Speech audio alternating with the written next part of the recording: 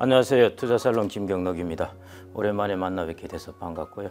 오늘 제가 말씀드릴 주제는 주식 종목 투자의 두 가지 귀결, 이런 종류인데요. 한마디로 주식 종목에 투자하면 어떻게 될까 하는 부분을 한 두 가지 정도로 제가 한번 요약을 해봤습니다. 투자의 많은 구루들은 사실은 주식 종목 투자는 비효율적이라고 해왔습니다. 워렌 버핏이 이제 그렇게 이야기를 했었고요. 그다음에 이제 또 노벨 경제학상을 받은 또 폴 사무엘슨 경제학자 중에서는 거의 거두라고 할 수 있는데요. 폴 사무엘슨도 마찬가지였습니다. 지수에 투자하는 것이 효율적이다라고 이야기를 했었는데요. 그런데 개인들은 사실은 여전히 이제 종목에 많이 투자를 하고 있고, 특히 우리나라도 이제 이런 부분에서는 아주 압도적이라고 할 수가 있습니다. 그래서 개인들이 요즘은 이제 종목 투자도 많이 하고 수익률이 좋은 사람도 있겠지만은 이제 대부분의 사람들이 사실은 제가 이제 한번 또 모바일에 있는 걸 한번 수익률을 보면요, 보통 한 마이너스 20% 정도 됩니다. 그래서 이제 제가 오늘 살펴볼 것은 개인이 일반적으로 종목에 투자한다고 할 때 어떻게 될까 하는 부분을 제가 한 두 가지 정도의 이제 특징을 한번 가져왔고요. 그 다음에는 왜 그러면 사람들은 이렇게 할까 하는 부분, 그리고 앞으로 그러면은 우리는 어떻게 투자하는 것이 효율적일까 하는 부분을 한번 살펴보겠습니다. 재미있는 논문이 하나 나왔었는데요. 그래도 2018년에 나왔던 논문인데 핸드릭 베센빈드라는 사람이 쓴 논문입니다. 논문의 제목은 뭐냐면은 이제 주식의 수익률이 채권 수익률보다, 그것도 단기 채권 수익률보다 과연 높은가 하는 것이죠. 여기서 주식의 수익률이라는 것은 이제 지수의 수익률뿐만 아니라 주로 여기서 초점을 맞추는 것은 개인들이 종목에 투자했다고 할 때 그 수익률이 단기 채권 금리보다 높은가 하는 부분을 이제 살펴보았습니다. 그 이전에도 이런 연구들은 꽤 있었는데요. 핸드릭의 경우에 거의 90년간의 각종 거래소에 있는 데이터들을 이제 다 가져왔습니다. 주식 종목의 데이터들을 가져와 가지고요. 그래서 이제 그 주식의 가격을 다 조사를 해봤습니다. 그래서 종목에 투자했다고 했을 때 과연 기대 수익률이 얼마 정도 되었느냐 하는 것을 살펴봤는데요. 그때 보통은 이제 학술지에 실린 논문이 그렇게 주목을 받지 못합니다만은 이 논문은 여하튼 미국 사람들도 여전히 그래도 종목 투자를 하는 사람들이 당연히 있으니까요. 미디어의 전폭적인 좀 조명을 받았습니다. 이 미디어의 이제 제목들을 보면 재밌는데요. 블룸버그 같은 경우에 이제 여기에 90년간의 데이터라고 그랬지 않습니까? 거의 한 100년간의 우리가 레슨을, 교훈을 받을 수 있는데, 그게 뭐냐면은 대부분의 미국의 주식 종목들은 심지어 단기 국채 금리보다도 수익률이 못하더라 하는 것이 이제 그런 제목을 하나 붙여놨었고요. 그 다음에 똑같이 이제 블룸버그인데요. 주식 종목에서 위너는 너무 적다는 것이죠. 그리고 너무 많은 종목은 수익률이 나쁘다는 것이고요. 그 다음에는 또 하나 로이터에도 마찬가지인데요. 슈퍼스타 기업들이 지금 많이 그때 2018년에만 하더라도 슈퍼스타 기업들이 많았죠. 그런 슈퍼스타 기업들이 많이 생겨나고 있음에도 불구하고 역시 지수에 투자하는 것이, 지수에 투자한다는 논리는 여전히 유효하다. 이런 것들을 이제 그 헤드라인 기사들로 이제 냈었습니다. 그 다음에 이제 마켓워치 같은 경우에 보면 또 재밌는데요. 이 Why picking stocks is only slightly better than 이렇게 해놨는데요. 왜 우리가 주식 종목에 투자하는 것은 우리가 마치 로터리 복권을 사는 것보다 약간 그냥 수익률이 기대 수익률이 높을 따름인가? 이걸 다른 말로 하면은 주식 종목에 투자하는 것은 우리가 복권 사는 것보다 크게 나을 게 없다. 이런 좀 자극적인 헤드라인을 달기도 했습니다. 그래서 이제 이때 논문이 많은 주목을 받았는데요. 그래서 이제 첫 번째, 제가 주식 종목에 투자했을 때 두 가지 귀결이라고 말씀드렸는데요. 그 첫 번째 귀결이 논문의 내용입니다. 이 논문의 내용에 따르면은 주식 지수와 종목이 있는데 종목에 투자했을 때 어떻게 되었느냐 하는 것, 몇 가지 이제 핵심적인 사실들이 있는데요. 우리가 보면은 이제 주식 수익률이 있다면은 그것을 이제 무위험 수익률을, 그러니까 단기 금리죠. 그걸 초과한 수익률, 그것을 이제 equity 프리미엄 혹은 주식에 투자했을 때 얻을 수 있는 우리가 초과 수익률이라고 하는데요. 그런 이제 에퀴티 프리미엄을 볼 때 전체 에퀴티 프리미엄을 이렇게 가져오게 한 것, 여기서 넷 게인이라고 설명을 해놨는데요. 그것에 가져온 것은 4%의 슈퍼스타 종목들이 만들었다는 것입니다. 우리가 그래서 일반적으로 보는 S&P 500의 뭐 10%, 11% 수익률, 단기 국채 금리보다 한 5에서 7% 수익률이 높다 하는 것. 이것들은 무엇이 만들어냈냐 하면은 슈퍼스타 종목 4% 정도가 만들어냈다는 것입니다. 그래서 이 논문에서 이제 일관되게 이야기하고 있는 것은 우리가 주식 종목의 수익률은 정말 불균등하게 분포되어 있다는 것입니다. 대부분 정규 분포식으로 해서 평균적인 수익률이 10%가 있고 그 좌우로 이렇게 종목의 수익률이 분포되어 있는 것이 아니라요. 한쪽으로 쫙 쏠려 있다는 것입니다. 그래서 몇 개의 종목은 아주 높은 수익률을 내고 있고요. 나머지 많은 종목들은 사실은 수익률이 별로 좋지 않다는 것. 마치 이게 보면은 우리 부의 분포라든지 소득의 분포 이런 거하고 비슷한 것인데요. 그래서 첫 번째 가장 중요한 이제 파인딩이 우리가 주식의 수익률의 10%, 11% 미국 주식이 있다면은 그것의 초과 수익을 낸 것은 슈퍼스타 종목 4% 정도였다는 것입니다. 이제 중요한 이제 파인딩이었고요. 그 다음에 이제 이 90년간의 데이터라고 그랬는데 90년간에 우리가 바이앤홀더죠. 이제 매수하고 나서 계속 보유한 종목을 매수하고 보유한 전략을 폈으면은 종목의 절반 이상이 마이너스 수익률을 기록했다는 것입니다. 90년 동안 우리가 주식을 사고 그 주식이 있을 동안 바이앤홀드로 이제 주식의 수익률을 계산을 해보니까 절반 이상이 기대 수익률이 마이너스라는 것이죠. 그래서 종목을 사고 내가 장기 투자를 했다면은 절반 이상이 마이너스였다는 것입니다. 확률이 아주 높죠, 사실은. 그 다음에 이제 세 번째는 시뮬레이션을 해봤는데요. 역시 이제 90년 동안의 주식 종목을 임의로 선택을 하고, 그 다음에 우리가 S&P 500처럼 시가총액 가중으로 해서 지수를 산출하는 방법이 있지 않습니까? 그래서 시가 가중 지수하고 우리가 임의로 우리가 선정한 종목하고의 90년 동안의 이제 수익률을 비교해 보니까요. 그래서 이제 계속 종목을 이제 반복해서 뽑습니다. 그래서 계속 시뮬레이션을 해가지고 이제 딱 결과를 살펴봤더니 96%는 시가 가중 지수가 승자였다는 것입니다. 종목이 승자였던 경우는 4%에 불과하다는 것이죠. 그 다음에 이제 네 번째 이제 파인딩 사실은 뭐냐면은 이제 비교 대상이 되는 지수가 시가 가중이 아니라요, 그냥 동일 가중입니다. 그러니까 시가총액이 크든 시가총액이 적든 비중을 똑같이 만드는 것이죠. 그 지수하고 임의로 선택한 종목하고 이렇게 또 시뮬레이션을 반복해서 계속 이제 종목을 뽑는 것이죠. 새로 뽑고 해서 반복해서 시뮬레이션을 해보니까요. 99%가 동일 가중지수의 수익률이 종목보다 낮았다는 것입니다. 종목이 동일 가중지수보다 수익률이 높은 경우가 1%에 불과했다는 것입니다. 그 다음에 역시 이제 90년간의 동안에 이제 임의로 종목을 선정해서 그 종목의 수익률을 계산을 해보니까요, 73%가 단기 국채 수익률보다 못했다는 것입니다. 그러니까 이런 부분에서 우리가 종목과 이제 지수의 수익률을 이제 비교해 볼 수가 있고요. 그래서 결론적으로 이걸 좀 제가 이제 묶어서 요약을 해서 우리가 시사점을 찾아본다면은 이렇게 결론을 내릴 수가 있겠는데요. 이 논문은 뭐 여러 가지 막 결과들의 수치들이 막 복잡하게 되어 있는데 그 중에 핵심적인 우리가 레슨을 들고 온다면은 지수 투자보다 우리가 종목에 투자했을 때 지수 투자보다 수익률이 낮을 확률이 96에서 99%라는 뜻입니다. 우리가 시가 가중을 했을 때는 96%, 동일 가중을 했을 때는 99%이니까요. 그렇다는 것이죠. 종목이 지수보다 투자 수익률이 낮을 확률이 96에서 99%다. 그 다음에 1개월 만기 국채 수익률보다 낮을 확률이 73%라는 것이고요. 그 다음에 종목의 절반이 마이너스 기대 수익률이라는 것입니다. 이게 이제 세 가지의 핵심적인 사항입니다. 그래서 결론이 뭐냐면은 우리는 주식은 고위험 고수익 투자인데요. 그런데 우리가 개인들이 종목을 선택해서 투자를 했다고 할 때는 고위험 고수익 투자가 되는 것이 아니라 고위험 저수익 투자가 된다는 것입니다. 여러분들이 효율적 변경선에서 보면은 고위험 고수익, 저위험 저수익 이렇게 효율적 변경선을 쭉 따라가서 여러분들이 어떤 자산을 선택하셔야 그게 효율적입니다.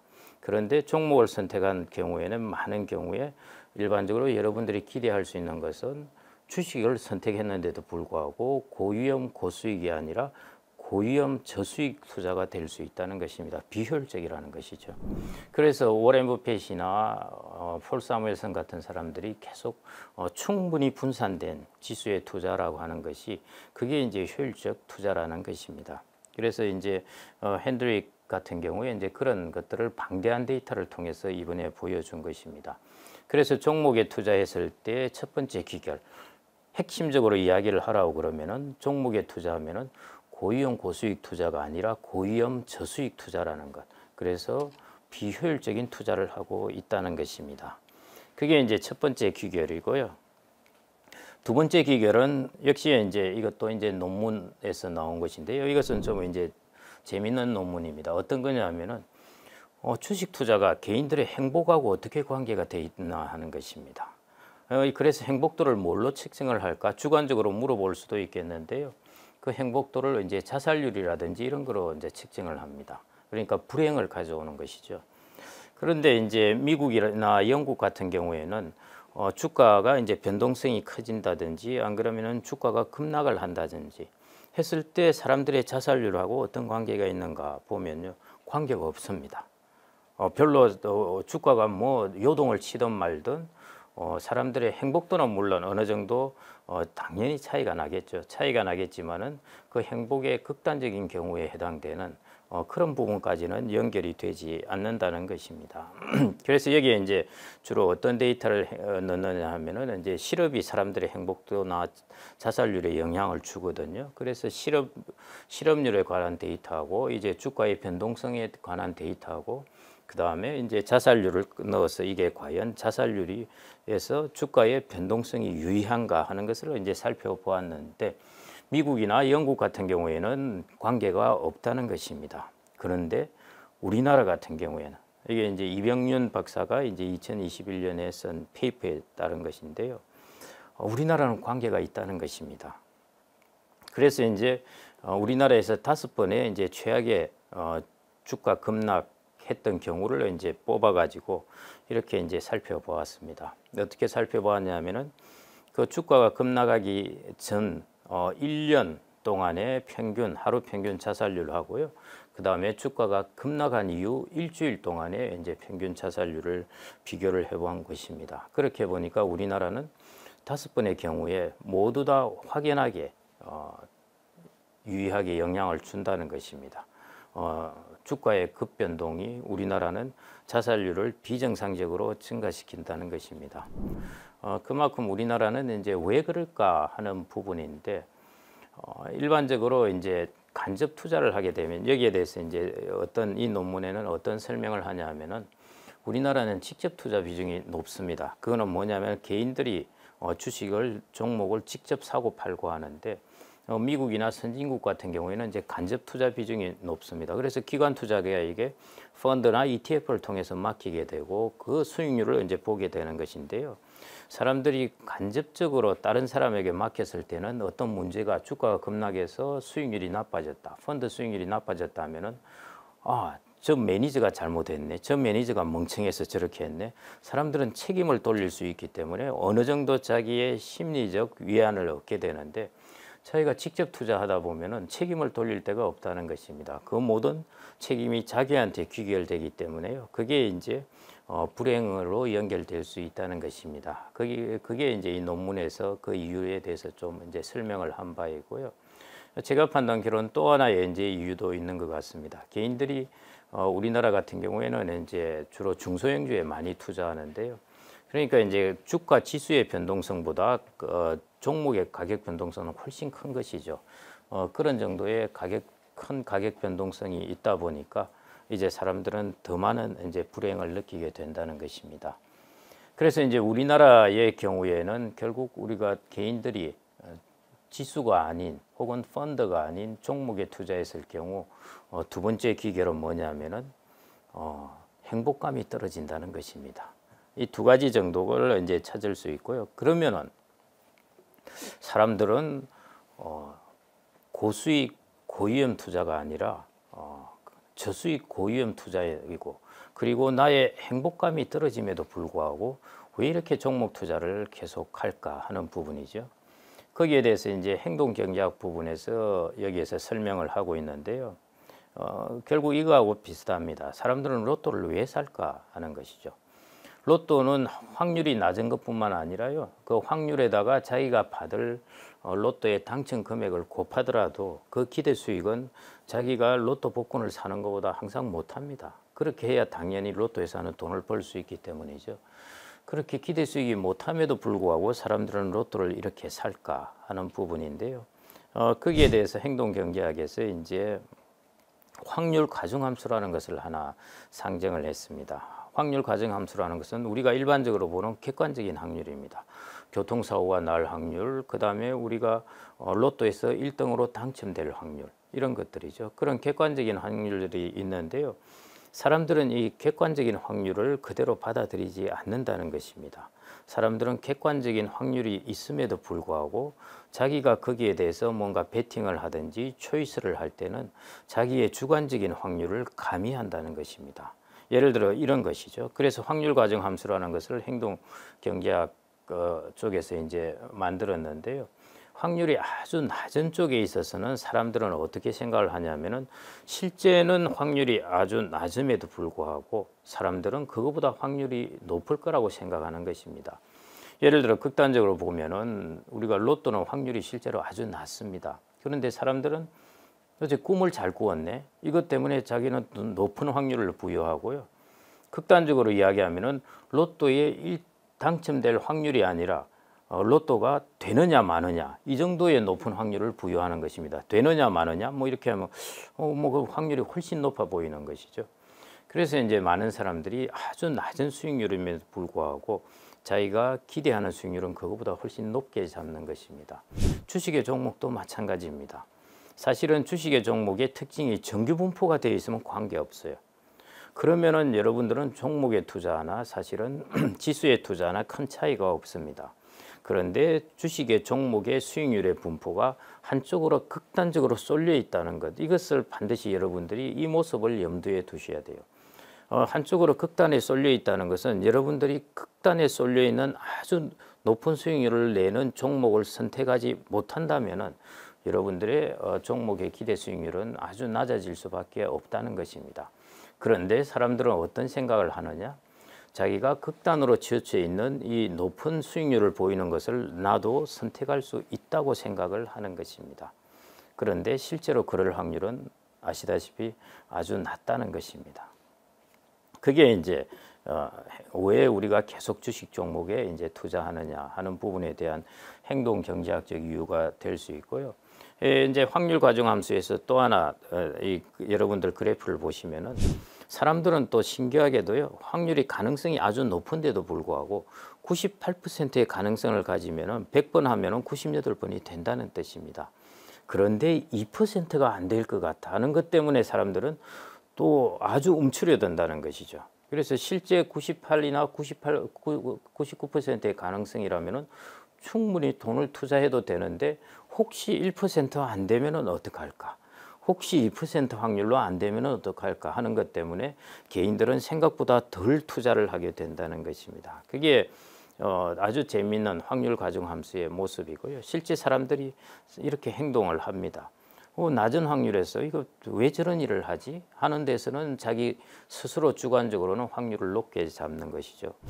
우리가 은퇴하고 나서 창업을 한다든지 뭐 이런 경우에도 마찬가지입니다.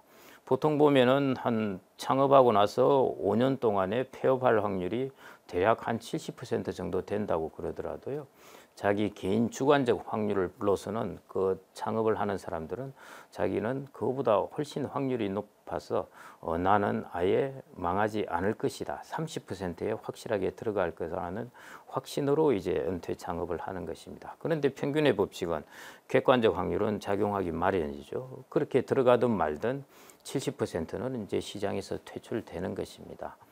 그래서 여러분들이 이제 그런 행동 경제학, 사람들의 일종의 바이어스드 된 그런 초이스입니다. 일종의 합리적이지 못한 초이스 때문인 것이죠. 그런 것들이 이제 우리가 종목 수익률에 있어서의 낮은 기대 수익률임에도 불구하고 우리가 고위험 저수익 투자를 하는 이유입니다. 물론 로또에서 당첨되듯이 종목에서도 최근에 엔비디아 보면은 거의 400% 수익률을 내고 하기 때문에요. 이런 것들에 가끔씩 그렇게 될 수가 있습니다. 그런데 투자는 반복해서 계속 일어나면서 반복해서 성공률을 우리가 높여야 되는 것이죠. 우연히 한 번에 어떤 내가 대박을 내겠다 하는 것은 그 확률이 낮기 때문에요. 반복해서 계속 대박을 낼 가능성이 낮아집니다. 그래서 전체 기간을 통틀어서 보면은 오히려 지수보다 수익률이 낮아지는 것이죠. 그래서 장기적으로 우리가 게임을 쭉 해나가면은 우리가 종목에 대한 투자는 지수에 대한 투자보다 시간이 가면 갈수록 이제 이 부분에서 우리가 약세가 되는 것이죠. 자꾸 이제 루즈가 되는 것입니다. 시간의 게임에서 사실은 지수를 이렇게 비트할 만한 이제 종목 투자는 어렵다는 것을 말해주고 있습니다. 그래서 오늘 이제 결론을 말씀드리겠는데요. 종목에 투자하는 것에 한 세 가지를 제가 이제 좀 말씀드리겠는데, 첫 번째, 96%가 사실은 지수 수익률을 넘지 못하고 절반 이상이죠. 거의 대략 절반 정도가 마이너스 수익률을 낸다는 것. 이게 이제 첫 번째 귀결입니다. 그래서 이걸 다른 말로 하면은 종목에 투자하는 것은 고위험 고수익의 투자가 아니라 고위험 저수익의 비효율적인 투자다. 이게 이제 종목 투자의 첫 번째 귀결입니다. 두 번째 귀결은 다른 나라에서는 미국이나 영국이나 이런 나라에서는 그게 나타나지 않는데요. 우리나라 같은 경우에는 직접 투자하고 종목에 투자하는 것은 자살률을 높이고 그걸 다른 말로 말하면은 내 행복감으로까지 이제 연결이 된다는 것입니다. 소위 말해 나의 행복감까지 이제 떨어뜨린다는 것이죠. 이 두 가지가 이제 종목 투자의 귀결이라고 볼 수가 있겠습니다. 그러면 이제 어떻게 해야 되느냐 하는 것인데요. 우선은 사람들의 행동 경제학적 어떤 오류를 인지해야 됩니다. 내가 이렇게 종목이 뭔가 나을 것이라고 판단하고 투자하는 것은 나의 어떤 인지상의 오류라는 것입니다. 그런 부분이 이제 꽤 많이 작용하고 있기 때문에요. 그런 것보다는 우리는 객관적 확률에 기반해서 그리고 합리성에 기반해서 이제 투자를 해야 된다는 것. 그게 이제 첫 번째, 어떻게 해야 되는가 하는 것이 첫 번째이고요. 그래서 두 번째 결론은 뭐냐면은 우리는 그냥 분산된 포트폴리오가 아닙니다. 이 논문에서도 이제 그런 이야기를 써놨는데요. 충분히 분산된 포트폴리오를 가져야 됩니다. 그래야 우리가 4% 수포 종목도 거기 들어갈 수가 있는 것이죠. 적당하게 분산을 해놨는데 4% 수포 종목이 안 들어가 있다. 그것은 분산을 했음에도 불구하고 장기적인 수익률은 훨씬 낮아지게 되는 것입니다. 그래서 두 번째 결론은 어떻게 해야 되는가요? 두 번째 결론은 우리가 분산된 포트폴리오를 갖되 충분히 분산된 포트폴리오를 가져야 한다. 이것이 여러분들의 자산 관리에 있어서 좀 중심축이 되면 여러분들은 자산 관리라는 것은 어차피 아주 장기 게임입니다. 마라톤과 같은 게임이에요. 그래서 시간이 지나면 지날수록 여러분들의 투자 수익률은 더 탄력을 받아서 이제 올라가게 될 것입니다. 여러분들이 생애자산 관리를 통해서 여러분들의 자산을 합리적으로 증식시키고 싶으시다면 충분히 분산된 포트폴리오를 가지고 투자를 하는 것, 그게 필요한 것이고, 여러분들이 종목을 가지고 투자를 했다고 할 때는 두 가지 귀결. 오히려 그것은 고위험 저수익의 비효율적인 투자가 된다는 것, 그리고 여러분들의 행복감도 낮출 수 있다는 것, 이 두 가지를 명심하시면 좋겠습니다. 감사합니다.